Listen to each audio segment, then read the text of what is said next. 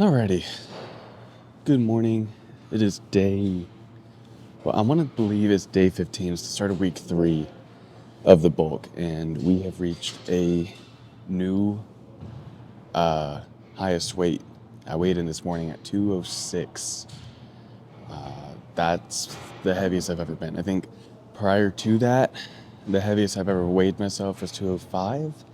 And then from 205, I cut down to like 190. So I did like a 15-pound cut.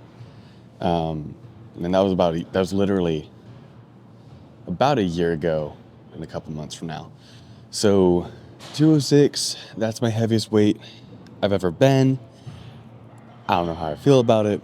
I have a really strong degree of dysmorphia when it comes to my body. So I'm not necessarily, I'm holding on to more fat than I'd like, and I can admit that. But in terms of, what I'm looking like, if I wake up in the morning and my abs are no longer there, well, maybe I've gone a little too far. So that being said, a quick recap of what my goal is within the 8-week challenge, and I might extend it to 12 weeks, we'll see. I want to gain 4 pounds of muscle, which is perfectly reasonable. That's half a pound of muscle per week. And muscle's a lot more difficult to gain than fat. And I've been training for a while, so it's not necessarily going to be the most, easiest thing to gain muscle. But I'm also eating a lot more. And I'm paying a closer attention to my habits for recovery and nutrition and whatnot. So maybe training, it's not like I wasn't going intense before, but I feel like I'm going slightly more intense because the recording's keeping me honest. So maybe 1 pound per week isn't entirely unreasonable. I believe 2 pounds per week might be pushing it. So last week I weighed in at 202. I'm 4 pounds up. If I want half the weight I gain to be muscle, 2 pounds might be pushing it. So I might have gained a little too fast, which, I don't know. I could be holding on to a lot right now. I had a night of heavy weekend. Had a night of pretty, increased drinking over the weekend. And in terms of alcohol, typically alcohol kind of inhibits the amount of muscle gain, or I guess the amount of muscle growth your body can experience. But I kind of limit any consumption of alcohol to the weekend, and usually it's no more than 3 drinks, which was only 3 drinks this weekend. I had 2 glasses of wine yesterday. So, if you're talking about over the last 2 days, or 3 days if you want to include Friday, I only had 5 drinks. Anyway, what I'm trying to suggest is that even though the scale says 206, my weight, might fluctuate a bit. So I might be 204 or 205. But in terms of record keeping and tracking my weight, I'm going to say 206. So today is my push day, and usually I start that off with a incline press, and recently it's been barbell press. My wife's not here today. I'm tired, so I don't have a spot, and I don't want to risk injuring my shoulder or anything. So we're gonna do my incline press in the Smith machine. That way it's a bit safer, and I can feel a bit more comfortable pushing myself.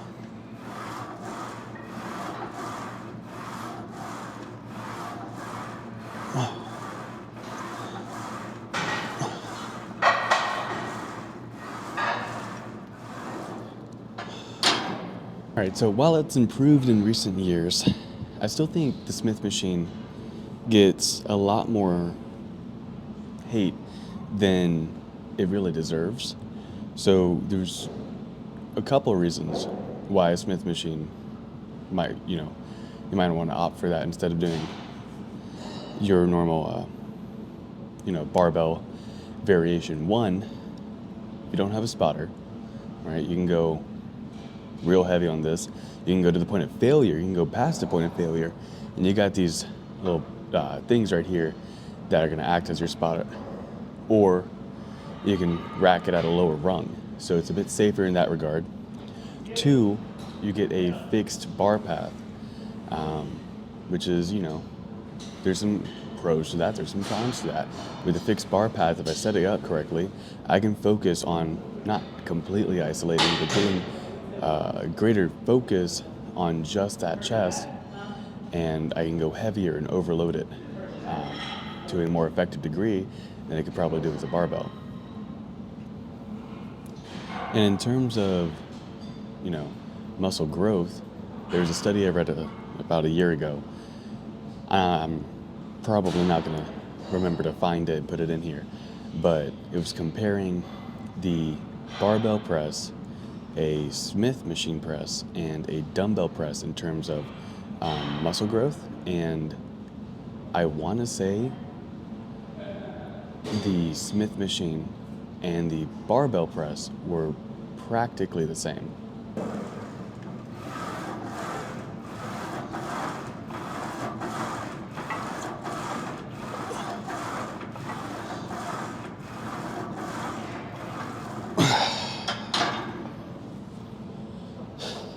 I will say there are some differences with the Smith machine versus the barbell. Like with the barbell, you're working more than just the chest. You're engaging your core a lot more because you're trying to stabilize the movement. Whereas with the Smith machine, you have the whole bracket here that's going to stabilize it for you. So in terms of how much core you're activating, yeah, you're going to get greater degrees of activation when you're doing a barbell press or a free weight exercise versus, your machine press. But in terms of muscle fatigue, muscle tension, and stretch, it's kind of the same. I mean, if you do it and you set it up correctly and you treat it like an actual exercise and you don't feel anything from it, maybe try it again, still don't feel anything from it, then just don't do the exercise. But if you're able to do it, feel something from it, keep going for it. This will be the first working set to, I don't know, it's weird doing the math with the Smith machine. I just do the math as a normal barbell, with the exception, or with the acknowledgement, that it's not the same resistance. 225 plus 35, 45, 55. That's what it is, 255. So I guess 5 or 6 probably sounds about right. Okay.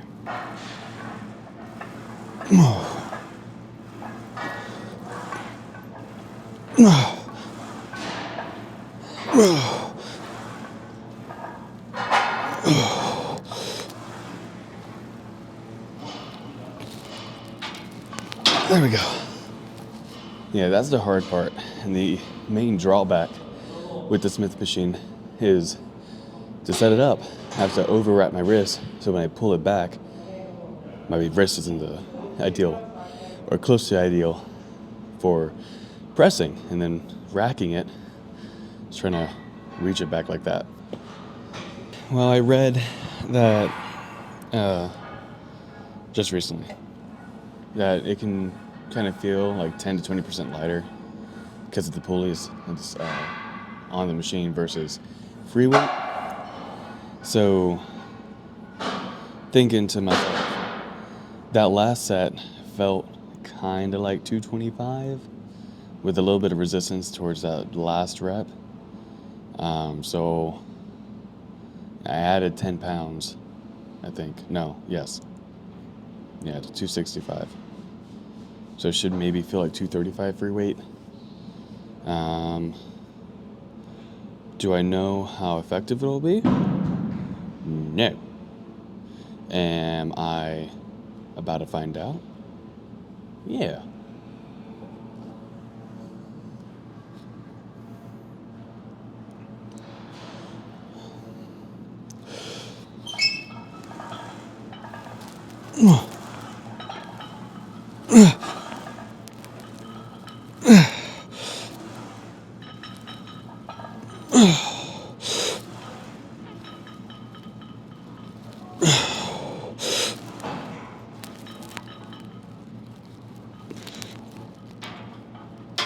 Here we go.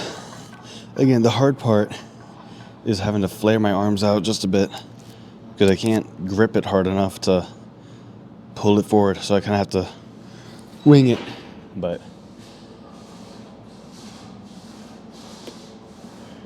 not bad.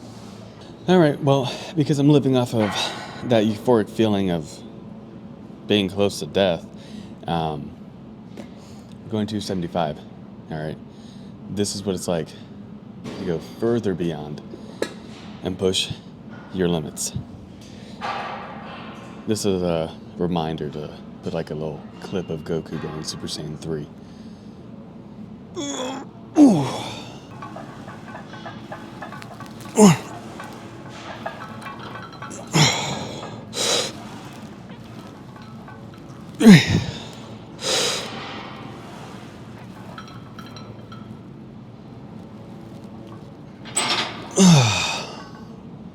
Four-piece? Can we get much higher? Probably. Probably had two more. I'm okay with that. The chest fly is taken. No longer okay with it. No, I'm still okay with it. The last time I did this exercise, which was maybe a month ago, I did like 245, 2 sets of 8, and then 275, and I could only get like 2 or 3. Just got 4. And that is after 255 for 6, 265 for 6, 275 for 4. I'm satisfied with it. I wish I got one more though.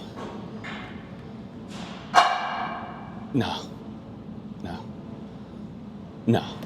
Fellas, this is perfect. 2, 4, 6, 8. Perfect. As soon as I sat my stuff down at a bench to do shoulder presses, this opened up. And this is what I wanted to do anyway. So now, real quick, did I go to volitional failure, which is choosing to stop? Yeah. How many reps did I have in reserve? I think it was under 4. I think I could have gotten 5, a questionable 6, fail at 3. But I kind of forgot to set up those safety thingies before I did that one. So, anyway, moving on.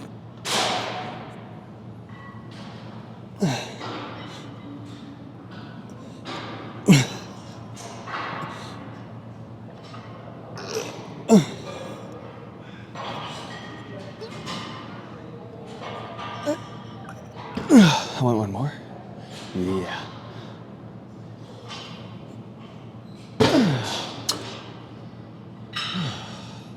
If I wake up in the middle of the night and I'm thirsty, I will drink like an entire gallon of water to quench my thirst. It's a never-ending thirst. But when I wake up, I won't drink anything for the first hour or so. So like drinking pre is like reenacting that scene from Harry Potter. I think it was like Goblet of Fire. Maybe it was the 5th one. I can't remember.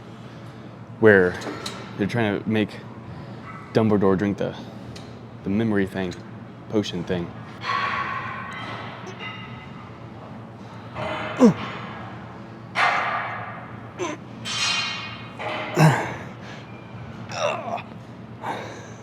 No, that was horrible. I need more.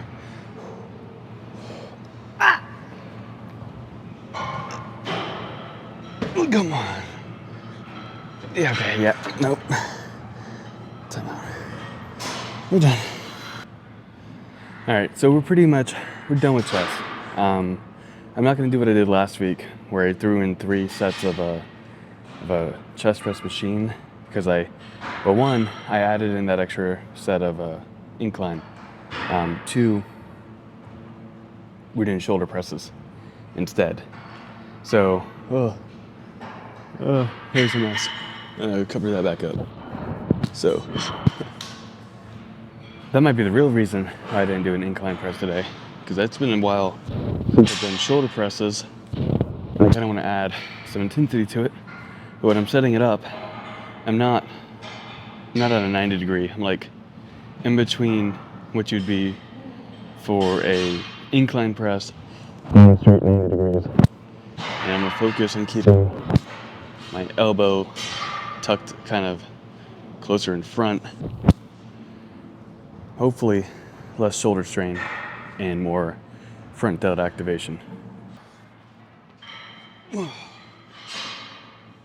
Ooh.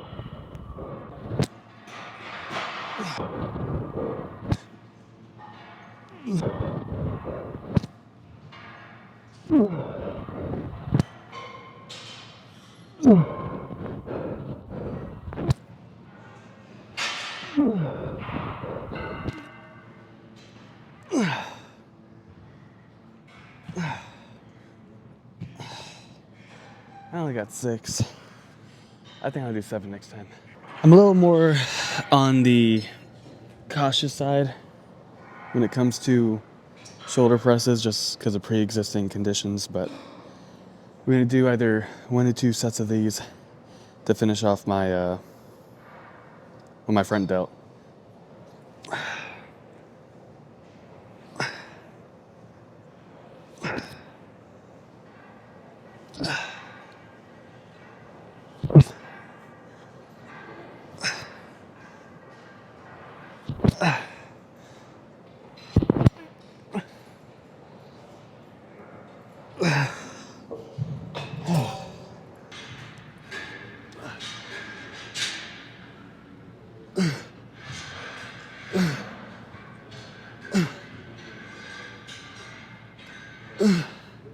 Oh, come on.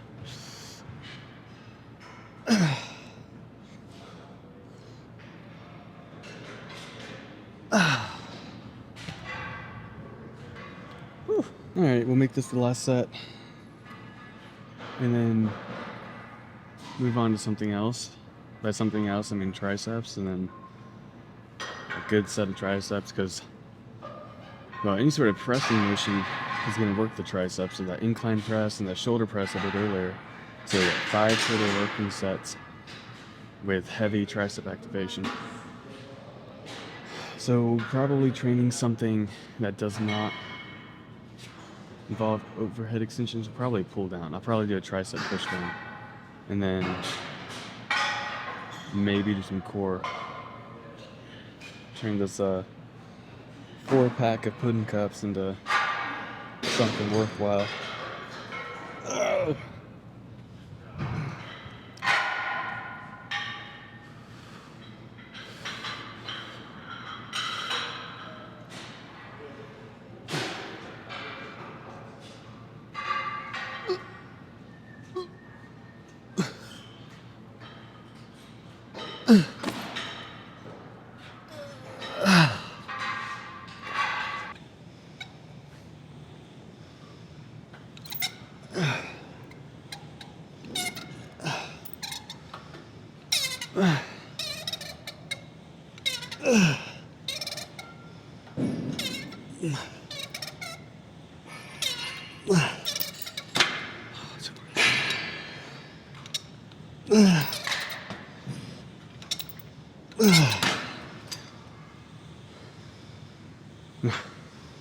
Alright, truth be told, I don't think I've ever used this machine before.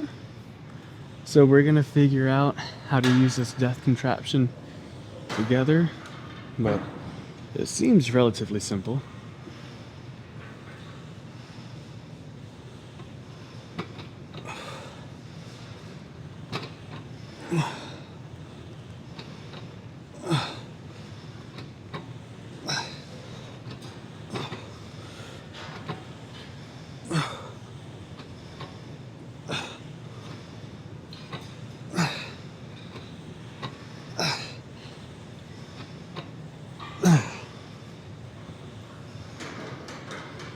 I think that's how it goes. I was reading the instructions, and yeah, apparently the seat can swivel.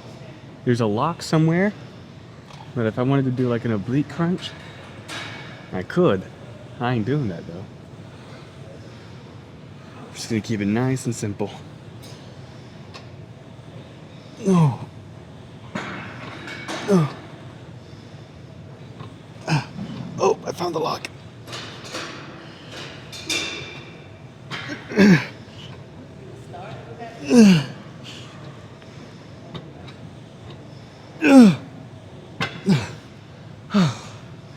Christ. I doubled the weight, so that's why. But I found the lock. Definitely found the lock.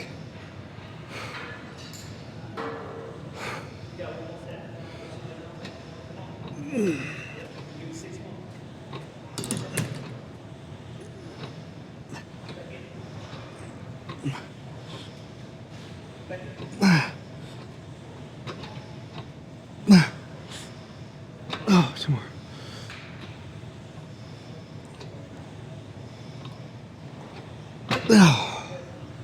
Oh, we're done.